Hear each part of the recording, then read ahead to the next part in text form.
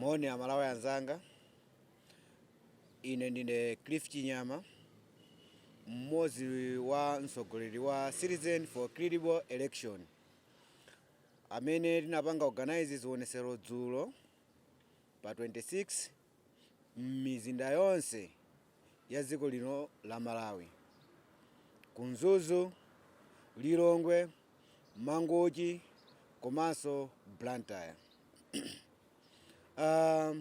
Nkhani yomwe ndabwera nayo pano ndi yokhuzana ndi mzinda wa Lilongwe. Monga wina aliyense akudziwa kuti ma demonstration a mzinda wa Lilongwe anthu sanakwanise kukapereka kalata malingana ndi anyamata azikwanje amene amatuluka nthawi zonse. Ma platform a social media akulembedwa zinthu zosiyanasiyana, ena kunyoza kumene ma organizer amene anapanga ma demonstration.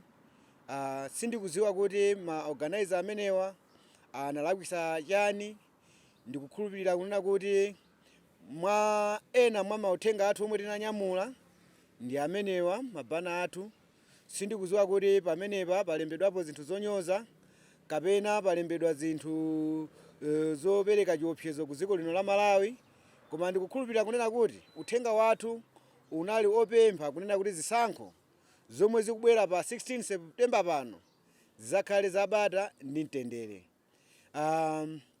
Ma demonstration amenewa anakonzedwa malingana ndi kunena kuti bungwe la MEC likukana ma auditors kuti akapange audit mu system ya Smartmatic. Mwaiji tinalemba kalata petition yathu kukakamiza wapampando wa MEC Mayi Annabel Ntalimanja kuti atule pasi udindo, komanso Andrew Mpesi kuti atule pasi udindo. Chifukwa zikuchita kuoneka kuti anthu amene wawa olo tikambirane nawo sakusintha maganizo, sakumvaso maganizo, chomwe akonza iwo akufuna akhale chimenecho. Chomwe chikusimikizikiratu kunena kuti pali chinthu china chake chosakhala bwino chomwe chikuchitika ndi anthu amenewa. Ndikukhulupirira kunena kuti takhala tikumva mphekesera zosiyanasiyana ku zomwe zachitika mayiko ena, ku Philippines, ku Venezuela. Izo chabwino ndi mphekesera, tilibe nazo umboni, koma titamva mphekesera zimenezi Amalawi tinali ndi chikayiko ndi kampani iyi ya Smartmatic komanso ma EMD amene wakuti agwire ntchito mdziko muno potengera zosatira zomwe zakhala zikumveka mayiko ena. Mwa ichi tinafuna kuti tikazimvere tokha kuti makina amenewa magwiridwe a ntchito amagwira mwa mtundu wanji.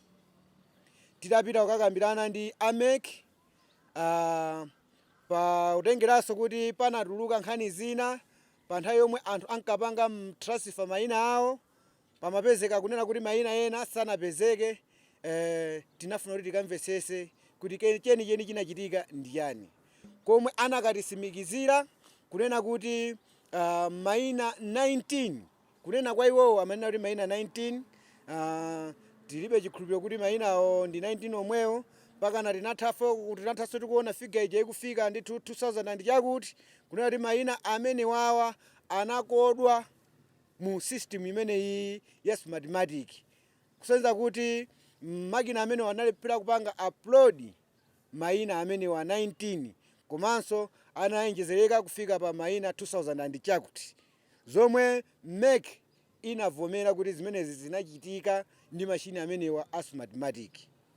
Mwa ichi timaziwa kunena kuti zionesero tinapanga ife zinali zofuna kuwakakamiza kuti yayi ngati makina amene wawa mayina ena akukodwa ayinakonso kuthekera konena kuti nthawi yomwe akuzatumiza ma results ku data center athaso mafiga ena kuzakodwa mu system imeneyi.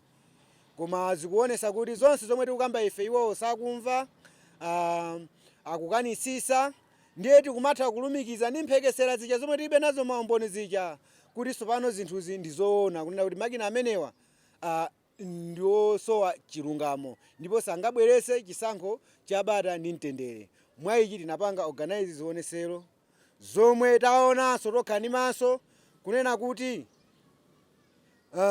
kwatuluka anyamata azikwanje amene amenya mtsogoleri mmodzi wa Citizen for Credible Election a Sylvester Namiwa.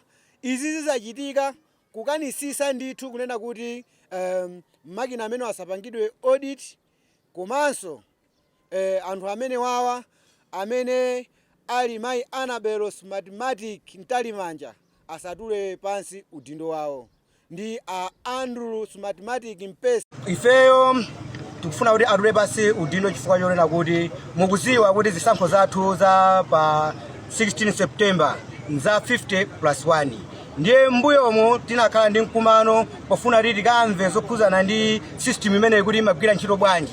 Ndiye mmene anatiyankhira kumene koko anapezeka kuti nthawi yomwe tinkapanga registration makina amenewa analephera kupanga upload mayina ena 19.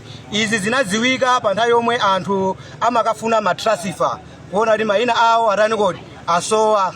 Ndiye tidapita kafufuza kuti kodi mayina amenewa anasowa bwanji, anatisimikizira kunena kuti makina amenewa analephera kupanga upload mayina amenewa. Ndiye tinali ndi nkhawa kuti zisankho zathu za 50+1 zomwe tikuthandiza kunena kuti mtsogoleri amene afuna kulamulira dziko lino amene azapase pa ma election amenewa akuyenera kuti azapeze theka la mavoti amenewa komanso kuphatikizapo chani kodi voti imodzi yomwe ikufika kuti 50+1. Ndiye ngati makina amenewa akulephera mayina 19, ndiye nanga zimenezi makina amenewa akazapanga zofanana pa nthawi yomwe akutumiza malizasa amenewa kupita ku Utale Center, sizizachitisa kunena kuti tizavoteka chiwiri kuononganso ndalama zaboma chifukwa cha